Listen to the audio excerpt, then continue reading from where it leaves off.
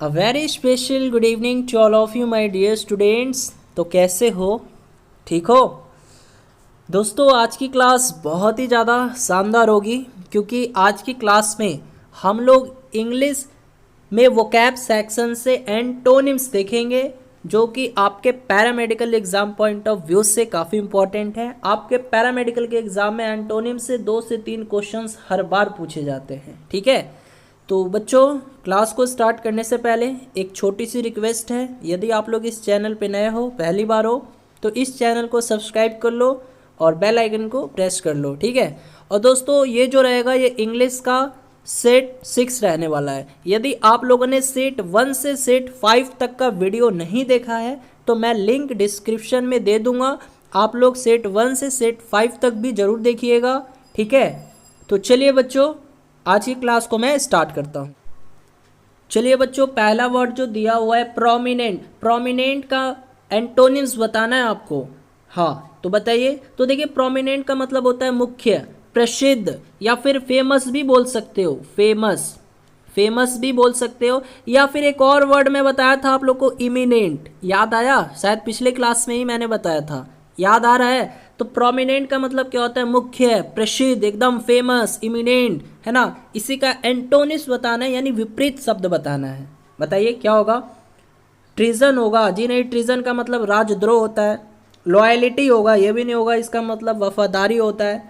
डिसट्रस्ट होगा, ये भी नहीं होगा, इसका मतलब शक होता है। तो बचा क्या? अननोन। अननोन का मतलब क्या होता है? अज्ञात, है ना। अज्ञात यानी जिसको कोई नहीं जानता हो, है ना।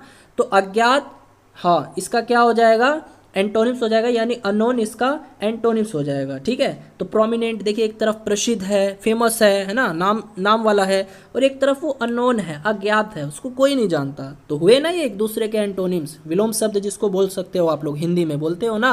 हाँ, तो आ रहा है समझ में बच्चों? जल्दी से एक बार मैसेज कर दीजिए, समझ पा रहे हो ना। चलिए बच्चों, अगला वर्ड जो दिया हुआ है डिस्पर्स, तो इसका भी एंटोनिम्स बताना है। तो डिस्पर्स का मतलब होता है फैलने वाला। ठीक है, फैलने वाला, एकदम बिखरने वाला, बिखरना भी बोल सकते हो, एकदम छितरना टाइप का होता है ना। हाँ, छितरना, बिखरना, फैलने वाला। अब इसका एंटोनिम्स बताइए क्या होगा? स्माइल होगा, तो जी नहीं, स्माइल का मतलब मुस्कुराना होता है। डिस्पेंस होगा, जी नहीं, डिस्पेंस का मतलब बांटना होता है। सिंग होगा, सिंग भी नहीं होगा, क्योंकि इसका मतलब गाना होता है, जो मैं गाता हूँ ना। चलिए, गाना हो जाए, हो जाए। पहले इसका आंसर देख लीजिए। तो डिस्पर्स का मतलब क्या होता है? फैलने वाला। और कन्वर्ज, जो कि इसका एंटोनिम्स हो जाएगा, क्योंकि कन्वर्ज का मतलब क्या होता है? मिलना, यानी एकाग्र होना। एकाग्र यानी इकट्ठा हो जाना। समझ में आ रहा है? हाँ, तो ये कन्वर्ज, मिलना, है ना, एकाग्र होना, और डिस्पर्स, फैलने वाला, बिखरना, ये सब क्या हो गए? ये आपस में एक दूसरे के एंटोनिम्स हो गए। ठीक है, एंटोनिम्स हो गए। चलिए बढ़ते हैं अगले क्वेश्चंस की तरफ। चलिए बच्चों, अगला वर्ड है एम्बिग्यूअस। एम्बिग्यूअस का मतलब क्या होता है? अस्पष्ट, या फिर कभी कभी वेग, वेग भी दे दिया जाता है, VAGUE, वेग, है ना। इसको भी क्या बोलते हैं? अस्पष्ट, यानी धुंधला, है ना। या फिर कभी कभी आपको ऑब्सक्योर भी दे देगा, ऑब्सक्योर। ऑब्सक्योर का मतलब भी क्या होता है? अस्पष्ट, एकदम धुंधला टाइप का, है ना, जो स्पष्ट नहीं है, अस्पष्ट है, यानी साफ नजर आता ही नहीं है वो चीज़। या कभी कभी अनक्लियर भी हो जाएगा। अनक्लियर का मतलब भी क्या हो जाएगा? एकदम ना साफ, अस्पष्ट। तो बच्चों ये याद रखना, क्या याद रखना है? एम्बिग्यूअस का मतलब अस्पष्ट होता है, वेग का मतलब भी अस्पष्ट होता है, ऑब्सक्योर का मतलब भी अस्पष्ट होता है, अनक्लियर का मतलब भी अस्पष्ट होता है ना। ये चारों में बता दिया। चारों क्या है? आपस में सिनोनिम्स हैं, सिनोनिम्स हैं। ठीक है, लेकिन आपको यहाँ एंटोनिम्स बताना है। तो बताइए, तो ट्रूथफुल होगा, सच्चा, जी नहीं। जो इसका बच्चों एंटोनिम्स होगा वो क्या होगा? स्पष्ट टाइप का होगा, बिल्कुल साफ, क्योंकि अस्पष्ट है ना। इसका एंटोनिम्स क्या होगा? बिल्कुल स्पष्ट। तो ट्रूथफुल तो होगा नहीं, है ना। लॉजिकल होगा, ये भी नहीं होगा, क्योंकि लॉजिकल का मतलब तार्किक होता है, ये भी नहीं होगा। सिस्टमैटिक होगा, ये भी नहीं होगा, क्योंकि इसका मतलब व्यवस्थित होता है। बचा क्या? ल्यूसिड। ल्यूसिड का मतलब क्या होता है? एकदम स्पष्ट, है ना। तो ऑप्शन बी जो है राइट आंसर हो जाएगा। आर्य, या क्लियर भी दे सकता था, यहाँ पे क्लियर भी हो सकता है ना इसका एंटोनिम्स, ऑफकोर्स हो सकता है, क्योंकि क्लियर का मतलब भी क्या होता है? स्पष्ट होता है। तो बच्चों, जितने भी ये मैं एक्स्ट्रा में भी जो वर्ड बता रहा हूँ ना, इसको सबको नोट डाउन करते चलो, सब काम आएगा। आप लोग प्रीवियस पेपर अपना उठाकर देख लीजिएगा, ये सब वर्ड मिल जाएंगे आपको, है ना, मिल जाएंगे, कुछ ना कुछ वर्ड इसमें से मिल जाएंगे। तो बच्चों आप लोगों से हाथ जोड़ कर विनती है, जितना भी पढ़ा रहा हूँ प्लीज़ आप लोग अच्छे से पढ़िए, नोट डाउन करके पढ़िए हर एक चीज़ों को, ठीक है, क्योंकि मैं चाहता हूँ यार, मैं इतना मेहनत कर रहा हूँ आप लोग के लिए, तो आप लोग भी मुझे इस बार अच्छा रैंक ला कर दिखा दो, बस अच्छा रैंक ला कर दिखा दो, तब मैं समझूंगा मेरा किया हुआ मेहनत सफल है, ठीक है, बस ठीक है। तो चलिए, हाँ, सबसे उम्मीद है, हर एक स्टूडेंट से मेरा यही उम्मीद है कि आप लोग अच्छे तरीके से पढ़ते होंगे, है ना। मेरा जितना भी पढ़ाया हुआ जो भी टॉपिक होता है, जीके, साइंस, इंग्लिश, हर एक चीज़ को आप लोग नोट करके पढ़ते होंगे, उम्मीद है मेरा, ठीक है। मैं सभी बच्चों से ये एक्सपेक्ट कर रहा हूँ कि आप लोग मेरा जितना भी पढ़ाया हुआ चीज़ है सबको नोट डाउन करके याद करते होंगे, प्रैक्टिस करते होंगे, है ना। चलिए चलिए बढ़ते हैं अगले वर्ड की तरफ। चलिए बच्चों, अगला वर्ड जो दिया हुआ है कंसाइटेड। कंसाइटेड का मतलब क्या होता है? अभिमानी, एकदम घमंडी, है ना। तो इसका एंटोनिम्स क्या होगा? एकदम जो विनम्र टाइप का होगा, है ना, जिसमें नम्रता होगी, वही होगा ना। मान लीजिए एक तरफ कोई बंदा अभिमानी है, घमंडी है, घमंड से चूर चूर है, और दूसरी तरफ कोई बहुत ही अच्छा व्यक्ति है, एकदम पोलाइटली है, विनम्रता है, नम्रता है, उसके अंदर संस्कार है ना, वो घमंड नहीं दिखाता है। तो ये दूसरे एंटोनिम्स हुए कि नहीं? विलोम शब्द हो जाएंगे ना। तो मान लो कंसाइटेड का मतलब क्या होता है? अभिमानी, घमंडी।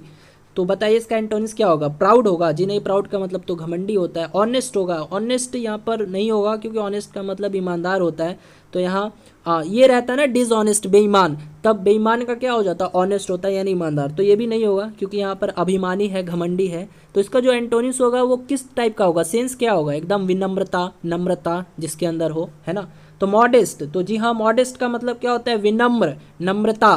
तो ये क्या हो जाएगा? इसका एंटोनिम्स हो जाएगा। मॉडर्न तो होगा नहीं, मॉडर्न का मतलब आधुनिक होता है। समझ पा रहे हो ना? कुछ नहीं है ये सिनोनिम्स एंटोनिम्स, बस प्रैक्टिस का चीज़ है। आप लोग अच्छे से प्रैक्टिस कर लीजिएगा। आपका देखिएगा वो कैप सेक्शन में जो 7 से 8 क्वेश्चन पूछे जाते हैं ना, आप लोग कम से कम तो भाई 5 से 6 इजली करके आ जाओगे, मतलब दैट विल बी सफिशियंट। 5 से 6 भी करके आ जा रहे हो ना, तो मुझे बहुत खुशी होगी, मुझे भी बहुत अच्छा लगेगा, और आपका रिजल्ट बन जाएगा, आपको अच्छा ही कॉलेज मिलेगा। ऐसा नहीं है कि 15 में, मतलब 15 कर सकते हो, लेकिन उसके लिए बहुत ज़्यादा मेहनत करना होगा। तो मैं इतना पढ़ा जरूर दूंगा आप लोगों को कि 15 इंग्लिश के क्वेश्चंस पूछे जाते हैं ना, तो 12 प्लस इजली करके आ जाओगे, इतना आपको मिल जाएगा। इतना आपको मैं कंटेंट दे दूंगा, ठीक है, कि जितना आप लोग मतलब 12 प्लस इजली करके आ जाओगे, ठीक है। चलिए बढ़ते हैं अगले क्वेश्चंस की तरफ। चलिए बच्चों, अगला जो वर्ड है वो है डिटैरेंट। डिटैरेंट का मतलब क्या होता है? हतोत्साहित करने वाला, या बोलते हो ना डीमोटिवेट करने वाला, या फिर बोल सकते हैं डिस्करेज करने वाला। आजकल के युग में बहुत से ऐसे लोग हैं, बहुत से ऐसे लोग हैं जो आपको डीमोटिवेट करेंगे, डिस्करेज करेंगे, है ना। वो नहीं चाहेंगे कि आप लोग पढ़ लिख कर अच्छे आदमी बनिए, अच्छे मुकाम तक जाइए। बहुत कम लोग हैं, बहुत कम में कौन है, मतलब बहुत कम लोग ऐसे हैं जो आपको मोटिवेट करेंगे, जो आपके फ्यूचर के बारे में सोचेंगे, और जो चाहेंगे कि आप लोग कुछ भी कीजिए, कुछ अच्छा कीजिए। तो ऐसे में आपके फैमिली हैं, एक फैमिली ही है जो आपके बारे में ये चाहेगी कि मेरा बेटा हो या मेरी बेटी हो, अच्छे मुकाम तक जाएं वो लोग, है ना, उनको हर एक चीज़ की प्राप्ति हो। लेकिन और जैसे रिश्तेदार की बात करें तो कुछ कुछ रिश्तेदार होते हैं जो जलते हैं, है कि नहीं है? ये फैक्ट है कि नहीं? कुछ कुछ होते हैं जो मतलब इस तरह का भाव रखते हैं, ईर्ष्या का भाव रखते हैं। वो नहीं चाहते हैं कि आप उनसे आगे जाइए, है ना। तो उन सबको इग्नोर करना है और अपने लक्ष्य की ओर बढ़ते चलना है, ठीक है। हाँ, तो डिटरेंट का मतलब क्या होता है? डिटरेंट का मतलब होता है हतोत्साहित करने वाला, यानी डीमोटिवेट करने वाला, डिस्करेज करने वाला। तो अब बताइए इसका एंटोनिम्स क्या होगा? बताइए जल्दी से। तो बच्चों ऑप्शन है डिटर्मिनांट। तो बताइए डिटर्मिनांट होगा? जी बिल्कुल नहीं। डिटर्मिनांट का मतलब क्या होता है? स्थिर होता है। डेट्रीमेंट होगा? डेट्रीमेंट भी नहीं होगा। डेट्रीमेंट का मतलब क्या होता है? हानि होता है ना। तो इनकरेजमेंट होगा? जी हाँ, इनकरेजमेंट का मतलब क्या होता है? प्रोत्साहित करना, प्रोत्साहित करना यानी एकदम मोटिवेट करना, इनकरेज करना, है ना।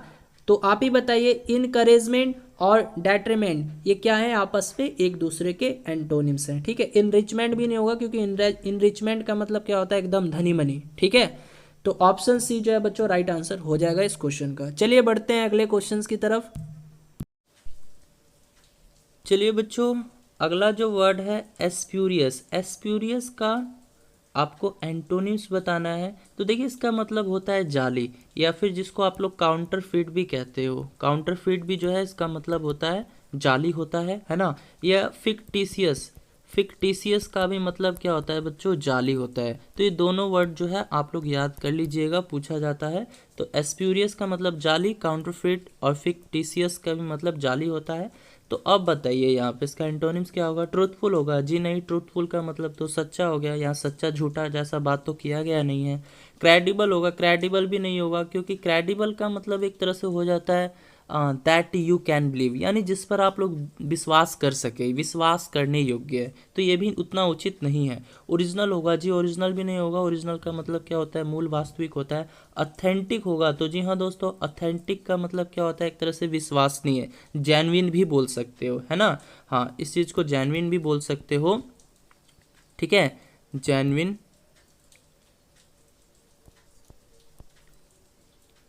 ठीक है दोस्तों। तो समझ में आ गया, स्प्यूरियस, स्प्यूरियस का मतलब जाली होता है, और ऑथेंटिक का मतलब विश्वसनीय, सच्चा टाइप का, है ना। तो ये स्प्यूरियस और ऑथेंटिक ये एक दूसरे के क्या हुए, ये आपके एंटोनिम्स हो गए। ओके, चलिए बढ़ते हैं अगले क्वेश्चन की तरफ।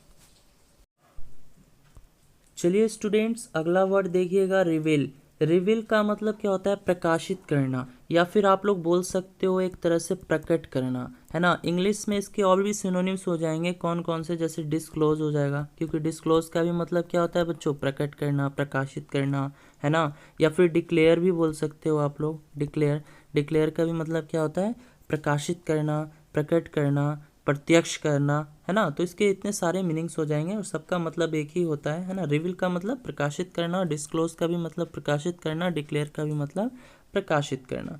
तो अब बताइए आप लोग इसका एंटोनिम्स क्या होगा। अपील होगा जी नहीं, अपील का मतलब भी क्या होता है, प्रकट करना, तो ये तो होगा नहीं। रिलैक्स होगा, रिलैक्स भी नहीं होगा, ठीक है, क्योंकि इसका मतलब आराम करना होता है। रिकवर होगा जी नहीं, रिकवर का मतलब वापस करना होता है ना।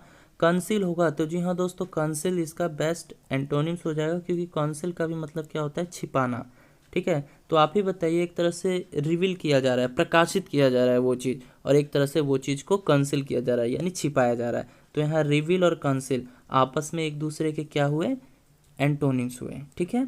हाँ, या फिर देखिए हाइड भी दे सकता था, यहाँ कंसील की जगह हाइड भी दे सकता था। तो हाइड का भी मतलब क्या होता है बच्चों, छिपाना होता है। ओके, चलिए बढ़ते हैं नेक्स्ट क्वेश्चंस की तरफ। अगला जो वर्ड दिया हुआ है एफ्लुएंट, एफ्लुएंट का मतलब क्या होता है, समृद्धि, धनी मनी, है ना, पूरा एकदम रिच टाइप का बोल सकते हो। तो बताइए इसका एंटोनिम्स क्या होगा। तो ऑर्डिनरी होगा, इनफेमस होगा, बैकवर्ड होगा, या पुअर होगा, जल्दी से बताइए। तो एंटोनिम्स जस्ट इसका विपरीत बताना है।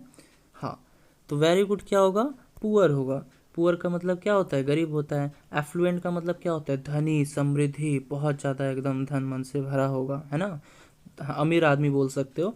तो अमीर, और एक तरफ से पुअर क्या है, गरीब है। तो ये एक दूसरे के क्या हुए आपस में एंटोनिम्स। ऑर्डिनरी तो होगा नहीं, क्योंकि इसका मतलब सामान्य होता है। इनफेमस का मतलब अप्रसिद्ध होता है। बैकवर्ड का मतलब होता है पीछे की ओर, ठीक है। हाँ, तो राइट आंसर ऑप्शन ए हो जाएगा। चलिए बढ़ते हैं अगले क्वेश्चंस की तरफ। चलिए बच्चों, अगला जो वर्ड दिया हुआ है कन्विक्टेड, कन्विक्टेड का मतलब क्या होता है, दोषी ठहराना, या फिर आप लोग जिसको बोल सकते हो अपराधी घोषित करना, ये भी बोल सकते हो, ठीक है। तो अब आप ही बताइए कन्विक्टेड का एंटोनिम्स क्या हो जाएगा। चार्ज्ड होगा जी नहीं, चार्ज्ड का मतलब होता है आरोप लगाना। रिलीव्ड होगा, ये भी नहीं होगा, रिलीव्ड का मतलब क्या होता है, एकदम कार्य मुक्त, चैन से, है ना, रिलीव्ड, तो ये भी नहीं होगा। डिसमिस्ड होगा जी नहीं, डिसमिस्ड का मतलब होता है एकदम खारिज कर देना, है ना। एक्विटेड होगा, तो जी हाँ एक्विटेड ही होगा, क्योंकि इसका मतलब होता है बरी कर देना, है ना। हाँ, बरी कर देना होता है, ठीक है, वेरी गुड, यानी अपराध मुक्त एक तरह से, एक्विटेड, ठीक है। तो स्पेलिंग पे भी जो है आप लोग ध्यान दीजिएगा, करेक्ट स्पेल्ड, मिस स्पेल्ड जो पूछा जाता है, इन्हीं सब में से पूछा जाता है, ठीक है। चलिए बढ़ते हैं अगले क्वेश्चन की तरफ। अगला वर्ड जो दिया हुआ है बच्चों, कर्टेल दिया हुआ है। तो कर्टेल का आपको क्या बताना है, एंटोनिम्स बताना है। तो जल्दी से बताइए क्या होगा। तो जी हाँ दोस्तों, कर्टेल का मतलब होता है एकदम घटाना, है ना। तो अब एक तरफ से घटाना है, तो अब जो इसका एंटोनिम्स आएगा वो क्या आएगा, बढ़ाना जैसा कुछ आएगा। तो देखिए क्या होगा, शॉर्टेन होगा जी नहीं, शॉर्टेन का मतलब तो कमी होता है। इंटेल होगा, इंटेल का मतलब मिलना होता है, ये भी नहीं होगा। क्लोज होगा, क्लोज भी नहीं होगा, क्योंकि क्लोज का मतलब होता है बंद, है ना। तो बच्चा क्या, लेन देन, लेन देन का मतलब क्या होता है, एकदम बढ़ाना, ठीक है। तो कर्टेल और लेन देन ये आपस में क्या हुए, एक दूसरे के एंटोनिम्स हो गए, ठीक है। तो ऑप्शन ए जो है आपके इस क्वेश्चन का right। तो दोस्तों आज ही इस क्लास में इतना ही, मिलते हैं नेक्स्ट क्लास में। यदि क्लास अच्छी लगी हो तो एक लाइक जरूर दे देना, और चैनल पे नए हो तो इस चैनल को भी सब्सक्राइब कर लेना।